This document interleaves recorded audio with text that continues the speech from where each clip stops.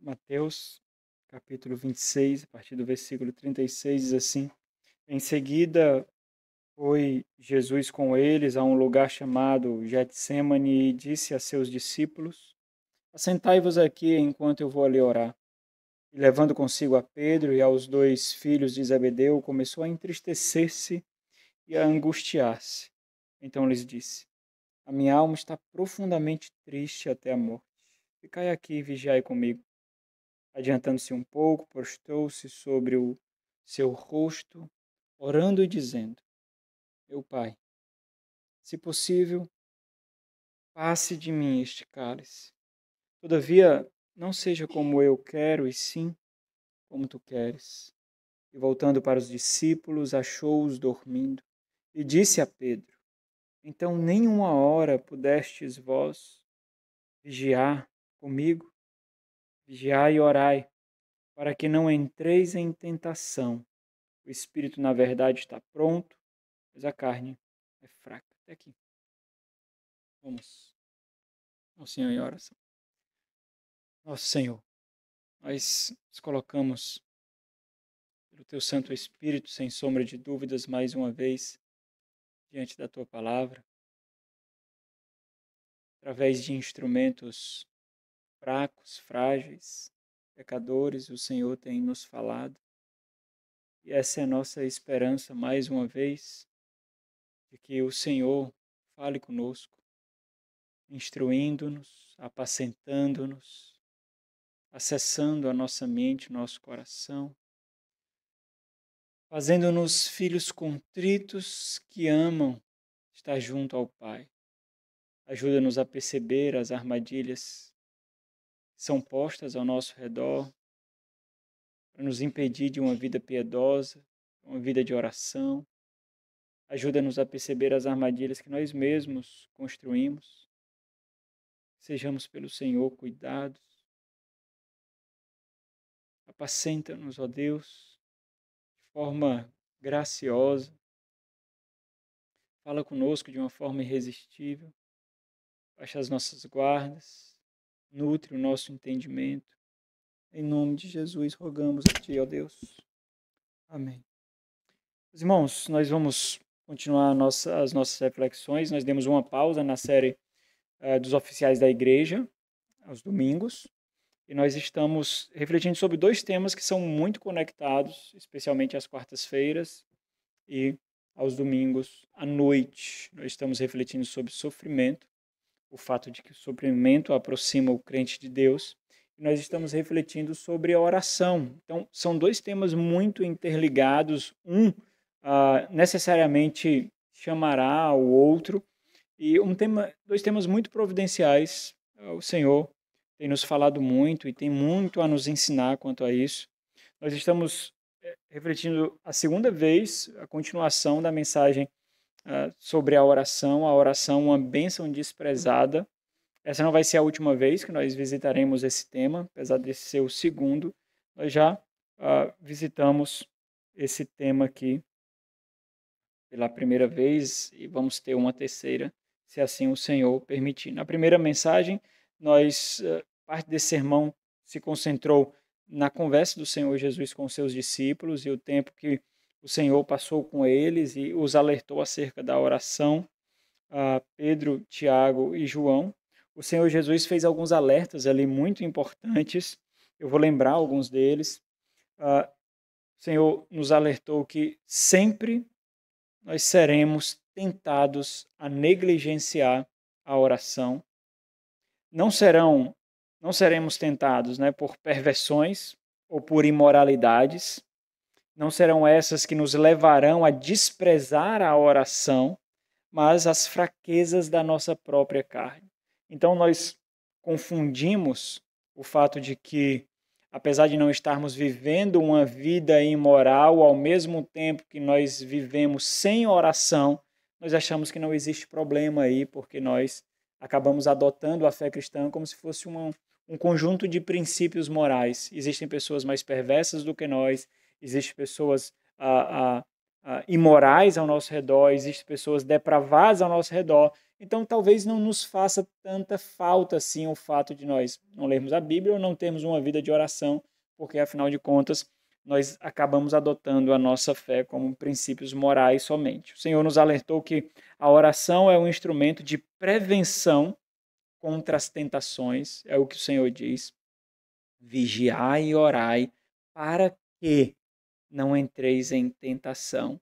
Então, isso é muito importante, meus irmãos, e talvez nós poderíamos refletir só sobre isso, porque existem inúmeros problemas que nós enfrentamos que nós não enfrentaríamos se nós tivéssemos uma vida de oração. A nossa vida de oração diluiria esses problemas. Só que, para nós, irmãos, parece que é algo simples demais, é algo simplista demais, porque nós só precisamos nos ajoelhar e confiar em Deus para isso. E isso não traz mérito para nós, isso não traz nenhum glamour para nós. Parece que soa um pouco irresponsável, mas é muito importante o Senhor nos alertando aqui nesse sentido. Vigiem, orem, tenham uma vida de constante oração e intencionalidade para que vocês não entrem em tentação. Então o Senhor nos ensina que a falta de oração nos enfraquece, a falta de oração nos deixa suscetíveis à nossa própria carne, nos deixa suscetíveis a Satanás e uma das características mais suscetíveis e maior fragilidade é porque nós não ligamos que isso é por causa de oração. Nós não ligamos que o nosso casamento está ruim por causa de uma vida de oração. E tudo que engloba, né, a vida de oração, nós vamos refletir hoje sobre isso. Um dos pontos da reflexão é: oração significa depender de Deus. Não é mágica. Não é orarmos, as nossas palavras têm poder e então os problemas serão solucionados. É confiar que o Senhor vencerá as nossas batalhas. Significa não levantar as mãos para lutar. Significa depender para que Ele lute. Não é uma negociata. Nós simplesmente descansamos no fato de que tudo que Ele realizar em nossa vida é para o nosso bem. E pronto. Pode nos fazer gemer ou fazer correr lágrima no nosso rosto. Mas nós dependemos nele, dependência significa isso. Então, a falta de oração simplesmente nos enfraquece. Nos deixa suscetíveis às piores coisas. Muitas tentações que experimentamos não seriam tentações se nós desfrutássemos de uma vida de oração. A falta de oração nos enfraquece. João Calvino disse que a oração é um campo de batalha espiritual. O inimigo das nossas almas, Satanás, teme a oração dos santos, pois sabe que a oração move os braços de Deus. Então, a oração, infelizmente, é uma bênção desprezada e nós perdemos muito com isso. Talvez o que torna difícil a prática da oração, e hoje nós vamos refletir sobre isso, a próxima parte dessa mensagem também vai continuar a reflexão do porquê é tão difícil orar. E eu elenquei alguns pontos aqui, muitos outros poderiam ser elencados, né? Mas, sem sombra de dúvidas, algo que dificulta a prática da oração é o fato de nós não absorvermos a realidade de uma batalha espiritual. Porque a oração significa batalhar com armas espirituais. E a nossa luta é justamente essa, não é o que o Paulo diz, não é contra sangue ou contra carne, não é aquilo que vemos. Por exemplo, se o seu casamento está ruim, o problema não são os mecanismos, o problema não é simplesmente a agenda, o problema não é porque vocês não conseguem conversar, o problema não porque é falta de diálogo, existem realidades espirituais atrás disso, seja no trabalho, na educação dos filhos, na relação conjugal, na relação entre irmãos. O fato é justamente esse.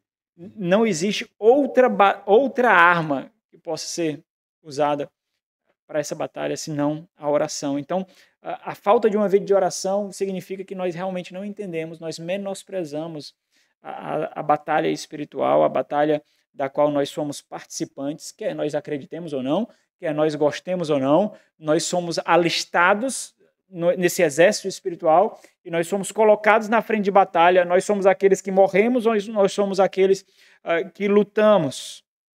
John Knox, um reformador escocês, ele disse o seguinte: um homem de oração, nosso adversário Satanás, que está o tempo todo ao nosso redor, conforme 1 de Pedro capítulo 5, nunca está tão ocupado do que quando nos ajoelhamos e oramos.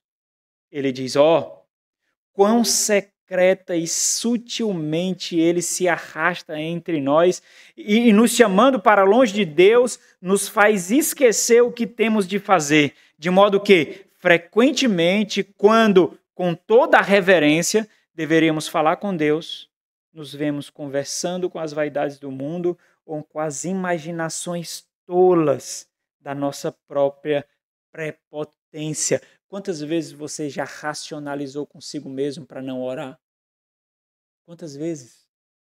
Porque estava cansado, porque estava cumprindo com as suas obrigações, porque você não enxerga pecados tão grosseiros na sua vida.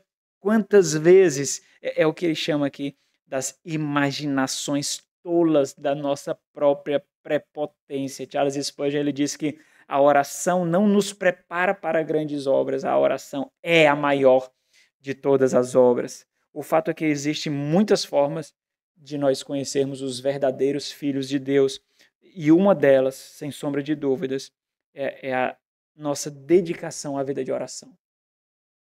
Oração significa dependência e contrição, reverência e honra ao Senhor. Algo que cristãos nominais não fazem. Cristãos nominais são aqueles que professam apenas. Eu sou crente, eu sou evangélico, eu fui batizado nas águas, eu sou crente em Cristo Jesus. Cristãos nominais são céticos quanto à prática de oração. Talvez a demora da resposta de Deus ou a falta da resposta esperada. Eu fiz voto com Deus, eu clamei ao Senhor, eu frequentei a igreja, eu tentei me abster dos pecados, mas a resposta não veio como eu queria. Talvez isso nos faça sermos céticos quanto à oração. Nós passamos a acreditar mais naquele ditado: se você quiser algo bem feito, faça com as suas próprias mãos, quando nós deveríamos simplesmente descansar em Deus. Então, somente isso. Com isso, embora nós não rejeitemos a Deus, de certa forma, parece que nós colocamos Deus no canto ali, como que de castigo da nossa devoção, sabe? Não terás mais a minha devoção, Deus. Não orarei mais ao Senhor, não lerei mais a Bíblia, não me dedicarei tanto às práticas espirituais. Parece que a gente está deixando Deus de castigo, não parece não? Das nossas devoções. Nós colocamos Deus no cantinho como um mero espectador, nós esmorecemos na leitura bíblica, nós esmorecemos nas nossas práticas devocionais, nós esmorecemos no nosso ritmo da vida da igreja e o ânimo para a vida da igreja, e por consequência nós esmorecemos na prática da oração. Não parece um tipo de castigo? Nós colocamos Deus de castigo das nossas devoções, apreciações e honra. Não terás, Deus. Não terás. É por causa disso que muitos deixam a igreja, por isso que muitos abandonam a prática da fé, é justamente por isso, porque não receberam aquilo que queriam e estão frustrados, se frustraram e colocam Deus de castigo. Imagine a desonra disso, a grosseria, a carnalidade disso. John Knox, ele diz o seguinte: algumas vezes Deus atrasa em atender às nossas orações para exercitar e testar a nossa fé. O problema crônico da nossa geração, irmãos, da geração do instantâneo, da geração do conforto e das comodidades, é que nós não enxergamos absolutamente nenhuma utilidade ou propósito no sofrimento. Esse é o grande problema, essa é a grande questão da nossa geração. Qualquer tipo de desconforto é descartado, qualquer tipo de falta de comodidade é repudiada. Nós somos a geração que faz de tudo para passarmos pouco tempo no sofrimento, porque nós não vemos utilidade alguma. Os avanços tecnológicos acabam cooperando para isso, faz de preguiçosos tecnológicos, preguiçosos capacitados, Infelizmente, os avanços tecnológicos acabam revelando ainda mais essas fragilidades e fraquezas, porque eu escreverei monografias, porque eu prepararei projetos, porque eu desenvolverei artigos, porque eu farei grandes pesquisas, se existe a inteligência artificial para fazer tudo isso por mim e para mim, por que eu faria isso? Veja os diversos influências, os cursos que são oferecidos, cada vez com prazos menores, os coaches prometendo facilidades e rapidez, que naturalmente tudo isso daquilo que eles prometem realmente precisa de tempo. Você não vai aprender a falar inglês em 6 meses. Você não vai aprender, simplesmente não vai. Mas é isso que é oferecido. 6 meses, 1 ano, você se tornará fluente, você será um excelente administrador, você será um excelente profissional. É mentira, nós sabemos que precisa de tempo para isso, para maturar as habilidades. Mas por que eles ficam tão ricos? Porque eles conseguem tantos adeptos, tantos defensores, tantos fiéis? Porque nós queremos isso. Nós ansiamos por isso. Esses oferecedores de facilidade, eles ganham cada vez mais popularidade, porque nós abraçamos tudo que tira de nós o desgaste, mas mesmo assim nos premie. Tudo que tira de nós o desconforto e o cansaço, mas mesmo assim nos dê a honra e o glamour de saber, de obter e de parecer. É isso, essa é a nossa geração. Você compreende como tudo isso se aplica à nossa reflexão sobre oração? Tudo isso se aplica. Joel Bick diz o seguinte: o crente amadurece. Para amadurecer precisa de tempo, né, irmãos? Pega a metáfora da fruta. A fruta, para amadurecer, precisa de tempo. Você compra uma palma de bananas verdes, você não come na mesma hora. Você vai lá olhar todo dia como é que tá. Às vezes você bota dentro do forno, às vezes você bota num saco, para ver se amadurece mais rápido e vai ficando amarelinha. Só que às vezes está uma casca um pouco amarela, mas ainda não está boa. Precisa amadurecer um pouquinho mais. Precisa de tempo. O crente amadurece em oração no forno da aflição, ele disse. As lágrimas do sofrimento se transformam em orações cheias de fé. A oração não remove o sofrimento imediatamente, mas transformam em ocasião de comunhão com Deus. Segundo Joel Bick, os puritanos ensinavam que as provações são instrumentos da graça para despertar o zelo e intimidade com Deus, então não devem ser vistas como punições, o que é comum nós pensarmos, mas instrumentos de graça somente, porque Deus está no controle das nossas vidas. Entenda, existem muitos meios de graças que são combustíveis para a nossa vida de oração, mas sem dúvida alguma, irmãos, o sofrimento está lá no topo.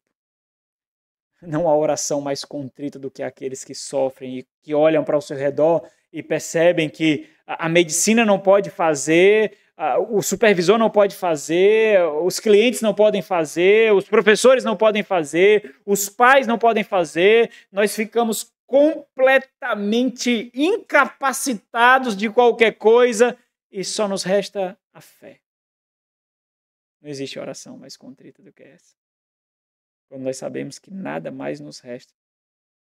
Mas Deus é tudo em nós e por nós. Tudo. A oração não é apenas um meio de graça, irmãos. É uma forma... E nem um meio de graça e nem uma simples forma de conversarmos com Deus. Muito menos a oração não é um ansiolítico, sabe? Dizer eu vou orar por você significa muito mais. Significa comprometer-se com a dor do outro. Significa injetar sensibilidade com a dor do outro. É contrição junto, é compaixão entre irmãos. Oração significa muito mais do que um instrumento de ansiolítico. A oração ela é a marca do que somos como cristãos. Cristãos oram. Cristãos se alegram em ir ao Pai. J.C. Ryle, bispo do século passado, século XIX, ele diz o seguinte: a oração é uma das primeiras evidências da conversão. Quando nós somos impactados pela presença do Espírito Santo no nosso coração, nós dobramos os joelhos e falamos com aquele que antes nós não víamos, mas agora nós vemos. Embora aqueles que estão ao nosso redor simplesmente não veem. Meu pai não sabe o que é, minha mãe não faz nem ideia, os meus irmãos não entendem esse nível de devoção, dependência e contrição, mas nós vemos. A oração é das primeiras evidências da conversão. Portanto, ele diz, negligenciar a oração é ficar vulnerável à queda do pecado.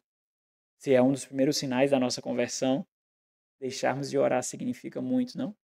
Significa muito. Então, o que nós podemos falar sobre as dificuldades de orar? Afinal de contas, é difícil orar. Você sabe disso.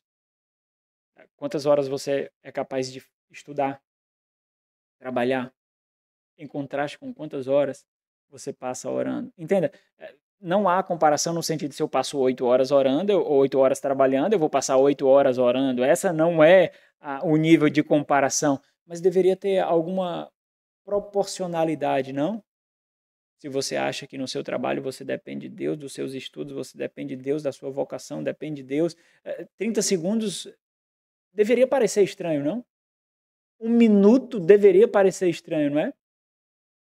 E as alegrias do seu coração quando você se entretém, coisas que você não levará para a eternidade, e as alegrias do seu coração quando você se junta para falar com Deus, o ânimo, o amor, o vigor. Nós somos aqueles que esperam passar logo a oração. Quando a lista é grande, então, fica chato, fica enfadonho. Nós não conseguimos ficar tanto tempo de joelhos. Nós não conseguimos ficar tanto tempo de cabeça baixa, de olhos fechados. Os nossos pensamentos viram grandes devaneios. Essa é a nossa realidade. Por quê? Então existem dificuldades para orar, obviamente. Nós vamos falar sobre 5. Hoje, 3. A luta, a insensibilidade e a dependência.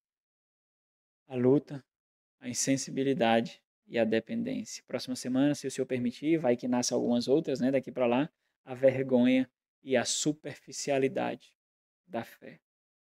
Nós não vamos ver todas elas hoje, porque nós teremos ceia e ia se prolongar demais. Então, a luta.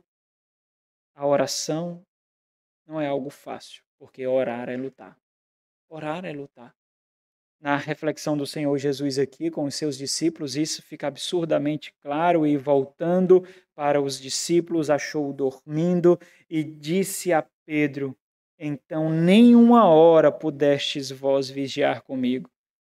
Então, entenda, essas palavras não são palavras mágicas, porque o próprio Senhor Jesus Cristo, que exortou os seus discípulos, os encontrou dormindo novamente. Então, a minha palavra não é tão poderosa quanto a de Jesus Cristo, apesar de ser palavra dele que eu prego. E na outra interação, o Senhor Jesus Cristo com os seus discípulos, então Mateus, o evangelista, faz questão de destacar que eles dormiam porque os seus olhos estavam pesados. Parece boas desculpas dizer, né? Pastor, eu estou cansado no culto porque eu passei o dia trabalhando. Pastor, eu estou cansado aqui no serviço da igreja porque eu passei a semana estudando. Parece, né? Mas o Senhor não destaca plausibilidade aqui. O Senhor não diz que eles deixaram de vigiar porque ficaram na pornografia, porque ficaram em rede social, ou porque ficaram brincando. Não, não. Ele fala de coisas normais, comuns. Não são coisas imorais.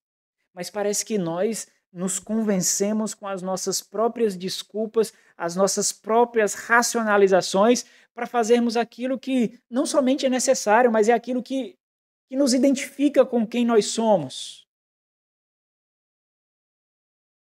Oração é luta, irmãos. Isso porque nós somos constantemente lembrados do pecado.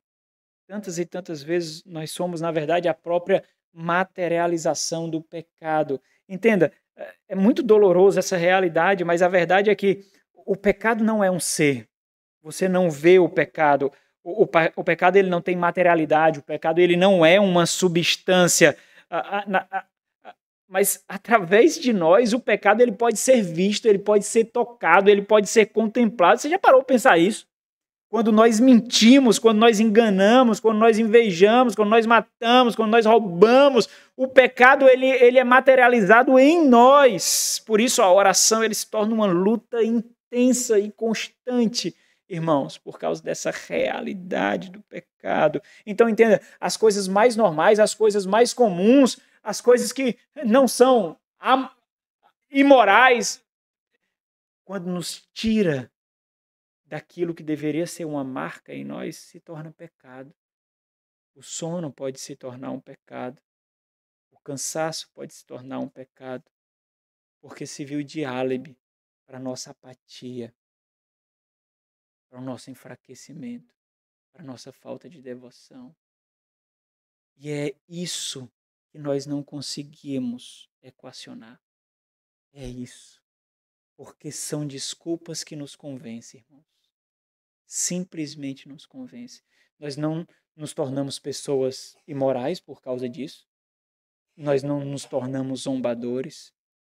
Mas nós não nos tornamos mais íntimos de Deus. Não.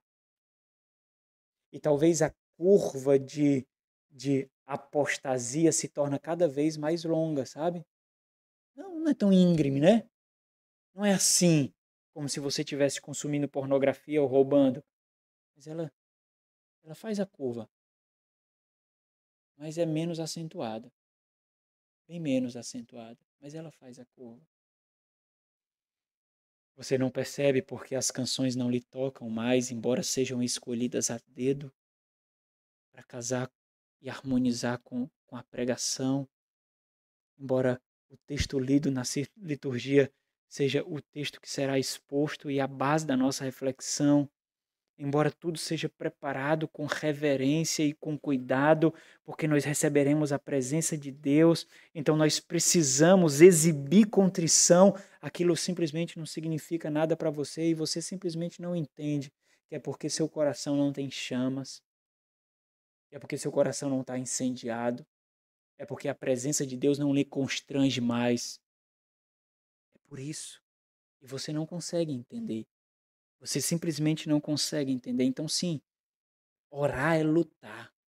Orar é incendiar o coração. É tacar chamas no coração. Chamas da presença de Deus, irmãos. Então, quando nós oramos, através do Espírito Santo de Deus, é aberto um canal para a eternidade, onde nós falamos com Deus Trino. Somos nós e Ele. Aí, veja como isso é grandioso, irmão. Nós somos seres ainda maculados, encharcados de pecado. A nossa vida é nos desvencilhar desses trapos da perversidade, do pecado que ainda reside em nós. Mas nós temos acesso ao Santo, Santo e Santo Deus. Portanto, obviamente, orar não é fácil. Não é fácil, orar é lutar, orar não é algo simples. Agora, reflita comigo, será que você é capaz de pensar em algo que seja verdadeiramente excelente e ao mesmo tempo seja fácil? Claro que não. É óbvio que não. Eu mesmo não consigo pensar em nada disso. Talvez algo que não vale a pena derramarmos o suor, derramarmos lágrima, realmente não vale a pena ter, irmãos. Por isso mesmo a oração deve ser uma das coisas mais difíceis do mundo. Porque nós tocamos em solo sagrado, nós pisamos em terreno santo, nós encontramos com aquele que é santo sem sermos fulminados por sua santidade. Então sim. Oração é deleitoso, é uma honra, é a materialização da reverência, da contrição e da dependência. Sim. Moisés fez essa reflexão. Quando o povo de Deus era zombado, porque tinha apenas um Deus, que os outros povos tinham inúmeros e inúmeros deuses. Então, o povo de Deus era um povo ateu, era um povo cético, é um povo fraco, um povo que tinha apenas um Deus, um Deus. Que povo fraco é esse? É um povo ateu. Para aquele povo politeísta. E Moisés diz, todas as vezes que eu leio essa porção de texto, eu fico maravilhado mesmo. Deuteronômio capítulo 4, versículo 7. A reflexão é construída para levar-nos a pensar, porque ela é feita em forma de questionamento e uma pergunta retórica, a resposta é subentendida, né? Enfaticamente, Deuteronômio 4:7 diz assim: pois que grande nação, olha para o povo, olha para o punhado de povo de Israel comparado com as grandes nações, as grandes potências. Grandes eles? Pois que grande nação há, que grande nação existe que tenha deuses tão chegados assim como o Senhor, nosso Deus, todas as vezes que o invocamos. Todas as vezes que o invocamos. O Senhor é chegado a nós. Que privilégio esse o nosso. Então, orar é lutar, irmãos. Por isso, a dificuldade. Mas quais dificuldades encontramos mais? A insensibilidade. Quanto menos oração, mais insensíveis ficamos. Não orar nos deixa cada vez mais insensíveis, irmãos. A falta de uma vida de oração nutre em nós uma constante sensação de autonomia e é isso que nos mata. Porque à medida que nós não desenvolvemos dependência com Deus, nós não desenvolvemos dependência um com o outro e nem com a igreja do Senhor. Isso aos poucos fecha o acesso ao nosso coração e tapa os nossos ouvidos. Porque incute em nós um senso de autonomia. E isso pode se tornar um dos piores problemas porque nutre em nós uma mentira. Nós não somos autônomos. Nós simplesmente não somos. Nós somos seres que vivem... Nós não somos seres que vivem e morrem por nós mesmos. Mas é isso que acontece. A falta de oração remove de nós a consciência da dependência de Deus. Contudo, irmãos, por nós sermos cristãos, e lembra, um cristão ora, desprezar a oração diz muito sobre a veracidade da nossa fé. Porque, cá entre nós deveríamos ter prazer em falarmos com Deus, né? Nós deveríamos ter prazer em nos encontrarmos com o Senhor. Deveria ser um momento para nós deleitosos. Olha, eu vou entrar no meu quarto, ninguém me interrompe. Meu filho não é mais importante que Deus, meu cônjuge não é mais importante que Deus, clientes não são, patrões não são, simplesmente não. Eu tenho uma hora marcada com Deus. Não é assim? Ele é achegado a nós toda vez que o invocamos. Eu tenho uma hora marcada com Deus. Ninguém me interrompe. Sabia que por meio da falta de oração você pode conhecer os seus ídolos? Você pode idolatrar os seus filhos. Ele não pode chorar. Meu filho está precisando. Você acha que pode reter a vida do seu filho? Deus pode tirar a vida dele a qualquer momento. Você acha que você pode reter a vida do seu filho? Você acha que pode salvar a vida do seu filho? Você acha que pode fazer isso com a vida do seu cônjuge? Você acha que pode? Pode não. Pode não. É por isso que o nome é provação, irmão. Provação. É porque está provando algo. Está testando algo. Ah, meu filho vai morrer. Amém. Que morra. Está nas mãos de Deus. Ah, porque eu preciso dar atenção. Se não pode viver sem mim 10 minutos, vai morrer daqui a pouco mesmo.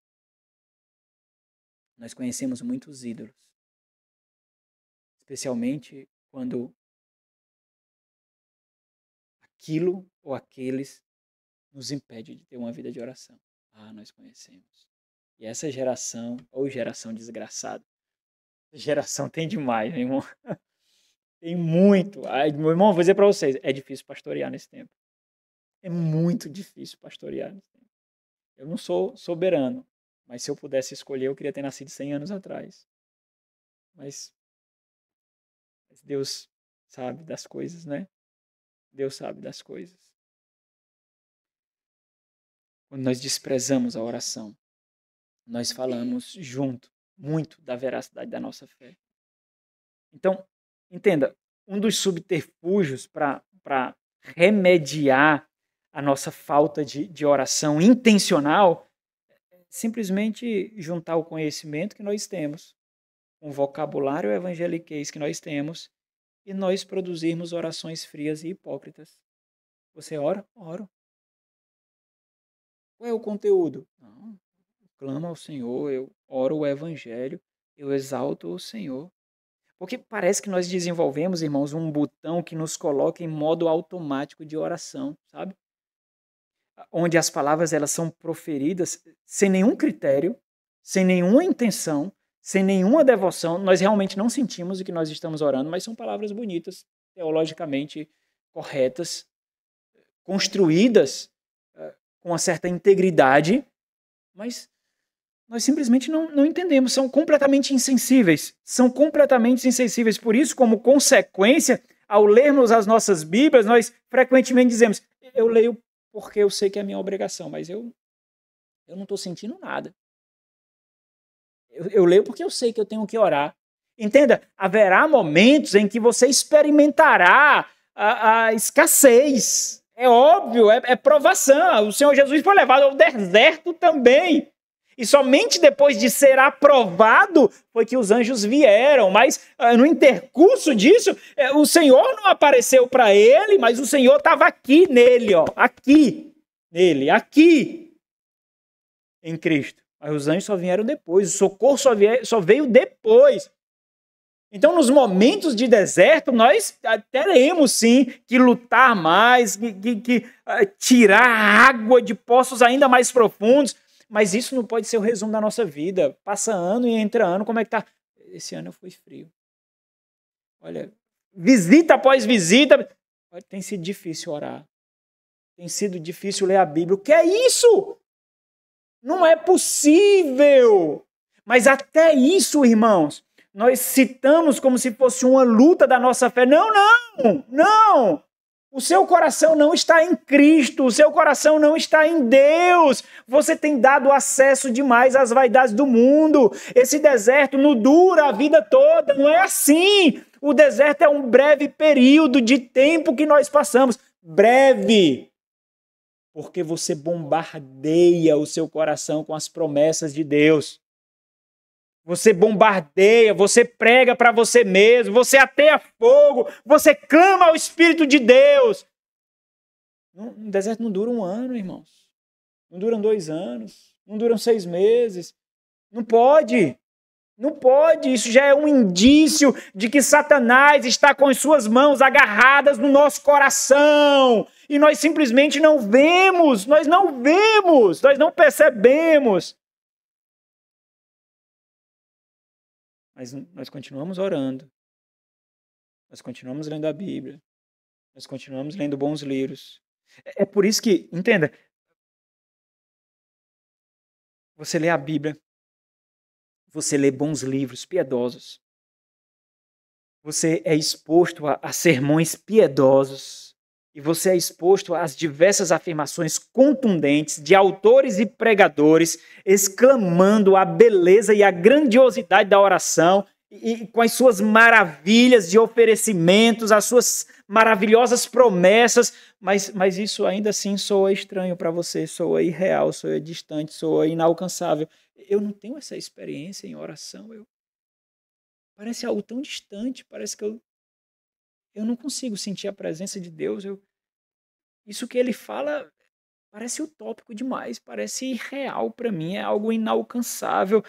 Parece que estão falando de uma prática de outro planeta, outro mundo, é inexistente. O que é essa experiência de oração? E, infelizmente, meus irmãos, parece que o meio evangélico ele tem dado à luz a um tipo de cristão que vive a fé de um modo absurdamente insensível, incrédulo e ininteligível.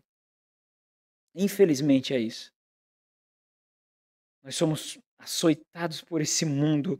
Há um tipo de cristão que julga que pode continuar considerando a si mesmo um filho de Deus, ao mesmo tempo que não tem uma vida de dependência do Pai, não é nutrido pela leitura bíblica, por uma vida de oração, por uma vida de comunhão com a sua igreja, o que é um absurdo, e isso é cíclico e mortal, porque à medida que nós vivemos na insensibilidade da oração, nós ainda mais somos impulsionados a ficar longe da oração. Você se ajoelha e você clama a Deus por sua presença. E você fica lá até ele aparecer. você fica lá até ele lhe assaltar. Porque essa é a promessa dele. É dele a promessa. Você diz que nada mais importa a não ser a presença dele. Você diz que repudia os prazeres dos entretenimentos, do consumismo, do materialismo, e você deseja ele. E apesar de naquele mesmo momento você estar lembrando de uma série, de um filme, de um presente, de um celular, de um carro, de uma casa, do trabalho, do dinheiro, naquele momento você açoita o seu coração e diz: Deus, tira isso do meu coração, arranca isso do meu coração e que a tua presença sucumba tudo isso, Senhor. Porque você sabe, não é porque você sente, é porque você sabe. Você sabe. Você tem que fazer isso.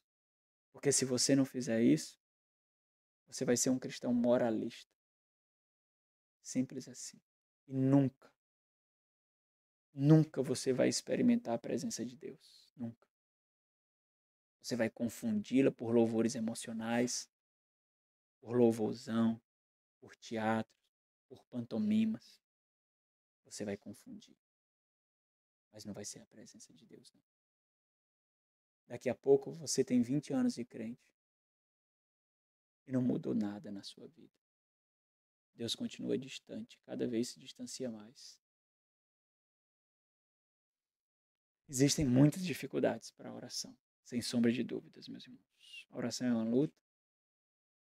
A insensibilidade gerada pela falta de oração tornará isso ainda mais difícil.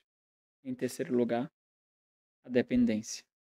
Porque oração é um ato de humilhação. Ser dependente de Deus equivale a ser dependentes dos instrumentos de Deus. E é isso que nós não gostamos. É isso que nós desprezamos. É justamente isso. Porque dificilmente alguém dirá que não é dependente de Deus dentro de uma igreja. Mas é muito diferente experimentar a dependência dos instrumentos de Deus. A dependência da igreja, a dependência uns dos outros, dos irmãos, a dependência dos oficiais da igreja. E o fato é que não há nada nesse mundo e na nossa carne que exalte qualquer tipo de dependência.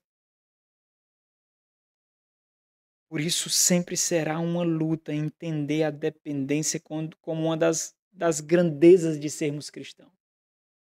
A dependência, o conceito de dependência é completamente inferiorizado, é pequeno, é pobre. Você tem que ser o senhor de si mesmo, você tem que ser o senhor da sua história, você tem que ser o senhor do seu progresso, você tem que ser o senhor da sua vida.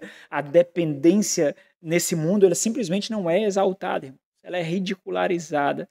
E talvez uma das maiores dificuldades para termos uma vida de oração esteja ligado justamente a isso, que está ligado ao primeiro pecado, ao pecado original, do qual nós somos herdeiros. Nós lutamos contra o constante desejo de sermos mais do que realmente nós somos. E isso se chama orgulho. Nós não somos satisfeitos com o que temos nem o que somos. Algo que está em oposição direta à prática da oração. Porque a oração é humilhação, é dependência. Orar equivale a humilhar-se, irmãos. A ser humilhado. Não foi isso que John Piper disse? John Piper diz: a oração ela foi planejada para que nos relacionássemos com Deus, ficando claro que nós recebemos a ajuda e Ele recebe a glória. A oração correta exige sincero senso de insuficiência pessoal, disse João Calvino. Insuficiência pessoal e consciente apresentação da nossa real necessidade. Por isso, um dos grandes sintomas do afloramento do orgulho é justamente quando não oramos em sincero temor e contrição. Nós continuamos professando a fé, nós continuamos indo à igreja, mas nós simplesmente não oramos. Entenda, porque nós podemos, irmãos, até compreender inteligivelmente, nós podemos compreender que a oração é rendição. Nós podemos falar sobre isso. Nós podemos mudar o tom de voz. Nós podemos escolher palavras que sejam mais emocionais. Nós inteligivelmente, nós entendemos isso de fato. Mas entregar-se à real e viva experiência de rendição a Deus é algo absurdamente diferente, irmãos. É algo muito diferente. E isso equivale a simplesmente, entenda, não erguer as mãos para lutar, mas dobrarmos os joelhos para vencermos. É isso que significa rendição. É isso, essa é a experiência.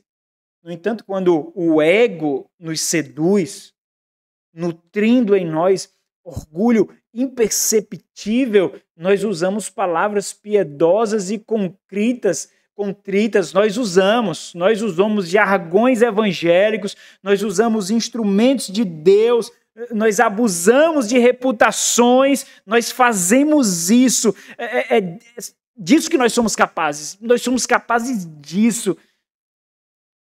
Mas quando isso acontece, a necessidade que nós temos de Deus simplesmente diminui. E nós nos tornamos grandes o suficiente para não precisarmos do alimento que vem do nosso relacionamento com Deus. É por isso que eu posso ficar sem ir para a igreja tranquilamente.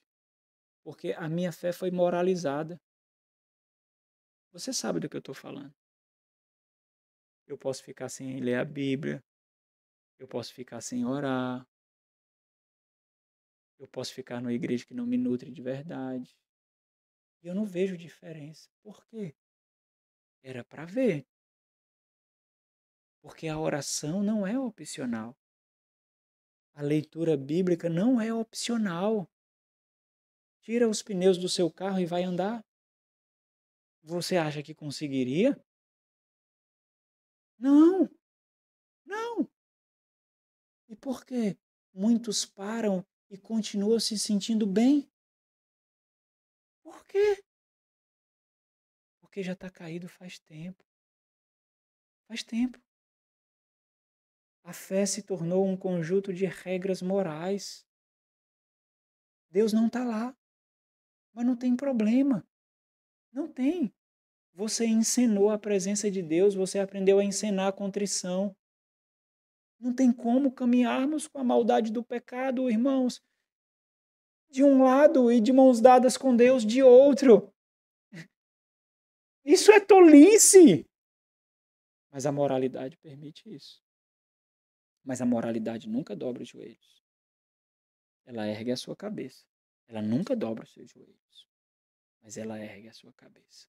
Isso ela faz. É por isso que crentes morais precisam ser ovacionados. Precisam ser idolatrados. Precisam ter os seus nomes citados e as suas costas massageadas. Crentes verdadeiros, não. Ele sabe do perigo das vaidades. Ele sabe como o orgulho é sagaz. Ele sabe. Por isso a oração é um forte indicador do reconhecimento da grandiosidade de Deus, ao mesmo tempo que nós reconhecemos a nossa insuficiência e a necessidade que temos dele. Olha, eu dependo inteiramente de Deus. Qual é a sua vida de oração? Eu coloquei o meu casamento nas mãos de Deus. Okay? Como é que está a sua vida de oração? De dependência do Senhor. De meditação na palavra de Deus. Como é que está? Não, pastor, eu estou fraquejando, então você mentiu. Mas você sabe que essa mentira traz paz. A um coração inerte e morto, você sabe. É por isso que você fala isso. Porque você sabe o que devia fazer e não faz. Mas por que você mentiu? Porque é para você um ansiolítico. É a dieta de segunda-feira. É a dieta de 1º de janeiro. Não é assim? Nós podemos dizer que vamos começar a dieta na segunda, então nós podemos comer à vontade no sexta, no sábado e no domingo. E você sabe que não vai começar. Você sabe disso. Mas você usa as palavras santas. Nós fazemos isso. Nós usamos as palavras santas para trazer paz a uma mente carnalizada, a um coração carnalizado. Eu sei, irmãos, eu sou assim. Eu sei. Nós gostamos de sermos vencidos por nós mesmos. E a nossa carne sabe nos vencer. Ela escolhe palavras diferentes para ensinar a mesma coisa, para ter acesso ao nosso coração. Ela sabe disso. E Paulo experimentou isso. Nós vamos finalizar com esse texto, um texto absurdamente importante para a gente, que realça o sofrimento que nos lembra da insuficiência que nos leva aos pés do Senhor, segundo aos Coríntios, capítulo 12. Paulo, ele experimentou na pele a humilhação como a disciplina de Deus para que não fosse permitido que ele saísse da dependência de Deus. Segundo aos Coríntios, capítulo 12, a partir do versículo 7. Observe como esse texto é instrutivo, irmãos. O versículo 7 diz assim, ó, Paulo relatando os seus sofrimentos e angústias à igreja de Corinto. E para que não me ensoberbecesse, olha aí, olha, quantos instrumentos você despreza que matam seu orgulho? Vamos lá. Pensa aí na tua mente. Vai pensar nos pés, né? Pensa na tua mente. Quantos instrumentos tem ao seu redor que matam o seu orgulho? Pensa aí. Tem muitos, não. Eu sei que não tem muitos. Pelo menos um tem, se você for dessa igreja. Mas não tem muitos, não. Quantos instrumentos, homens e mulheres de Deus, você tem ao seu redor que mate o seu orgulho? O que você faz com ele? Você ora por eles ou tem raiva deles? Você entende a preciosidade disso? No mundo de escassez de instrumentos assim, você entende? Vamos lá. E para que não me ensoberbecesse com a grandeza das revelações. Olha como parece que a gente está tendo isso aqui, ó. Quantas revelações você não tem aqui? Quanto conhecimento? Tem jovem aqui que tem conhecimento mais do que crente de 20 anos. Tem pessoas que passaram por aqui com 20 anos da fé e não aprenderam durante 20 anos o que aprenderam aqui em 6 meses. Vamos lá. E para que não me ensoberbecesse com a grandeza das revelações. Veja aqui, ó. Veja o perigo do conhecimento de Deus sem a proteção da dependência de Deus. É o que Paulo está dizendo aqui. O perigo do conhecimento de Deus, conhecimento entre aspas, porque o conhecimento de Deus leva à dependência. Mas o perigo do conhecimento cognitivo, de conteúdo de Deus, sem a dependência de Deus. Para que isso não acontecesse, se sobrevivesse, foi-me posto um espinho na carne.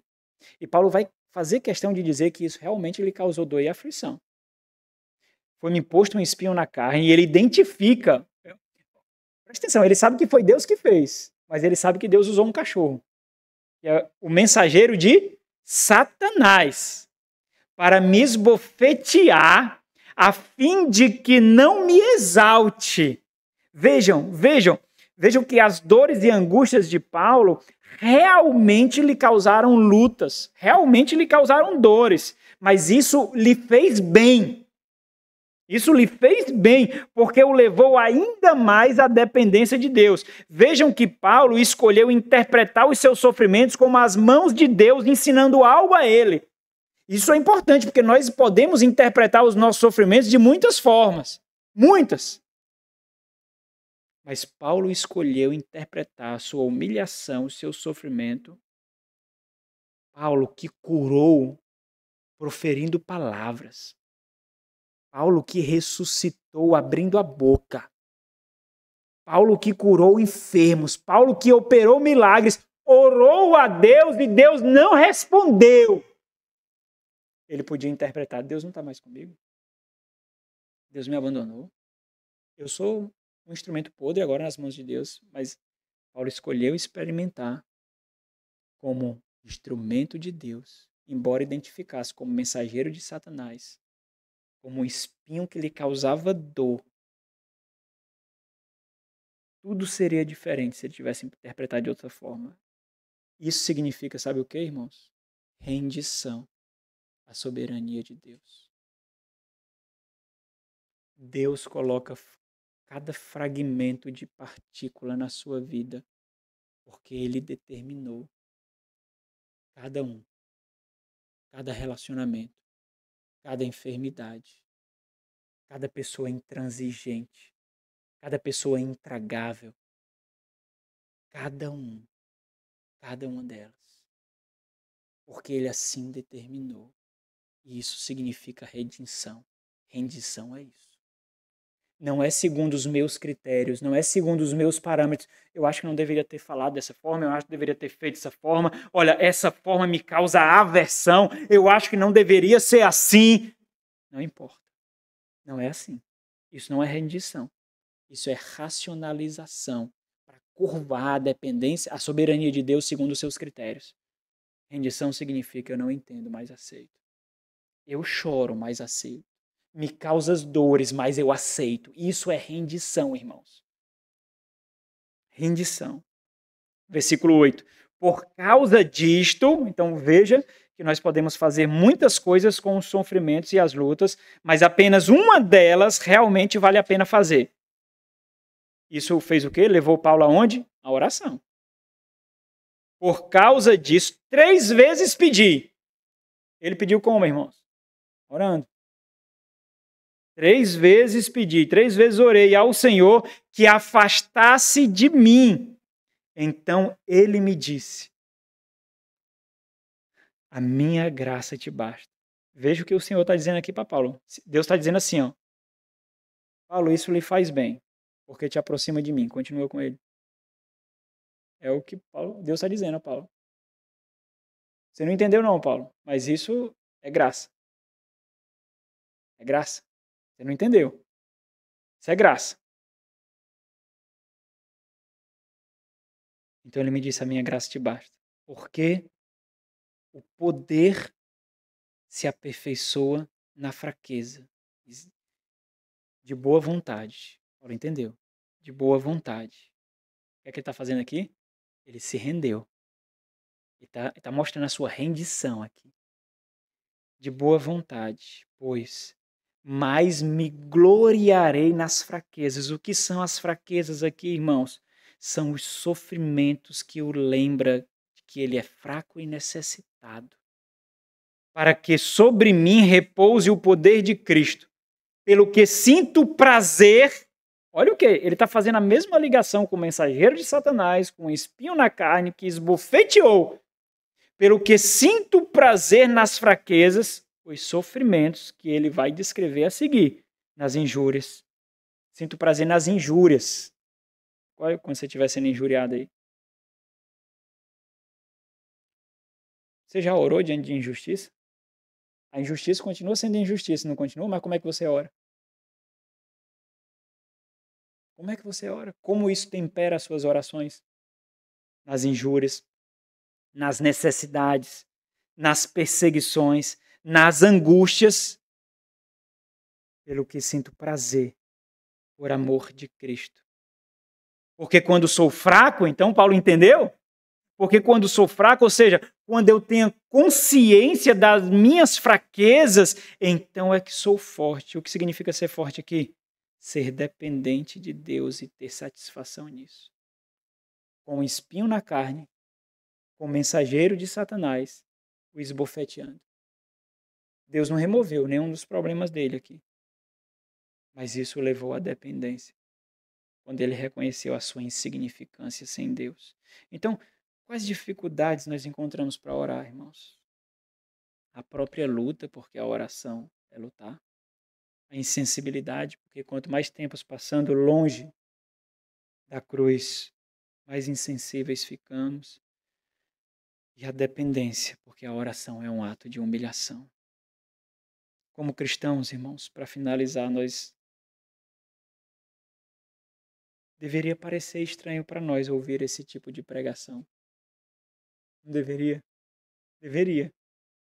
Porque se essa é a marca de um cristão, deveria ser estranho sermos exortados a ter uma vida de oração. Isso só mostra o diagnóstico da igreja no presente. A presente era. Deveria ser estranho para nós. ter diante de nós pregadores nos animando a ler a Bíblia, nos animando a orar. Sem dúvida, isso seria absurdamente estranho para os cristãos do primeiro século. Absurdamente estranhos, como é. Aqueles que não podem exercer a sua fé com liberdade. Aqueles que precisam traficar Bíblias, recortes de Bíblias. Aqueles que não têm o privilégio de se reunir tranquilamente, visivelmente, no dia do Senhor. Estranho para eles, mas para nós parece mais algumas exortações. Não teme para você pensar que no final do ano, na visita pastoral, você dirá as mesmas coisas? Fiz a leitura bíblica. A minha vida de devoção foi, sabe, uma montanha-russa.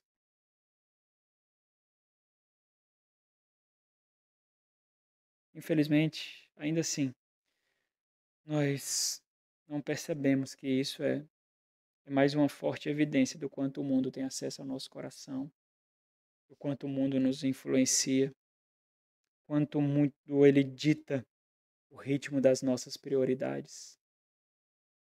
Nós não enxergamos assim, mas é isso. É um triste diagnóstico, né, irmãos? Mas é a verdade. Joel Bick, ele diz assim, a oração expressa a nossa dependência de Deus e clama por sua orientação e por sua bênção em tudo que fazemos. É M. Bounds, aquele livro lá, diz, a oração é uma obra de humilhação. Ela torna o intelecto e o orgulho menos importante. Ela crucifica a vanglória e aponta a nossa falência espiritual. E tudo isso são coisas difíceis para a carne e para o sangue. Desprezar a oração significa cavar a própria cova espiritual. É quando nós redigimos o nosso próprio atestado de óbito espiritual. Nosso Senhor, Deus de graça e misericórdia, nós nos achegamos ao Senhor com o instrumento que nós tanto desprezamos. Nós recebemos a graça, o privilégio de termos canal aberto com o Senhor. Termos o Teu Santo Espírito intercedendo por nós quando não conseguimos. E o Teu Santo Filho, nosso Salvador, à Tua direita, falando em nosso nome. Ó Senhor, ajuda-nos, ensina-nos a viver uma vida de piedade como convém aos santos, meu Deus, como convém aos Teus filhos. Ensina-nos a rendição, a dependência, a contrição de fato. Não permita que sejamos enredados pelas nossas vaidades, pelas nossas elucubrações, pelos nossos raciocínios, pelas nossas argumentações. Como nós somos bons convencedores daqueles que estão ao nosso redor e de nós mesmos, ó Deus. Como nós somos bons argumentadores. Como nós desprezamos aquilo que deveria ser a nossa marca com a nossa própria argumentação. Somos enredados nos nossos próprios álibis e ainda assim não percebemos, ó Deus. Ó Senhor, ajuda-nos, por favor. Em nome de Jesus. Amém.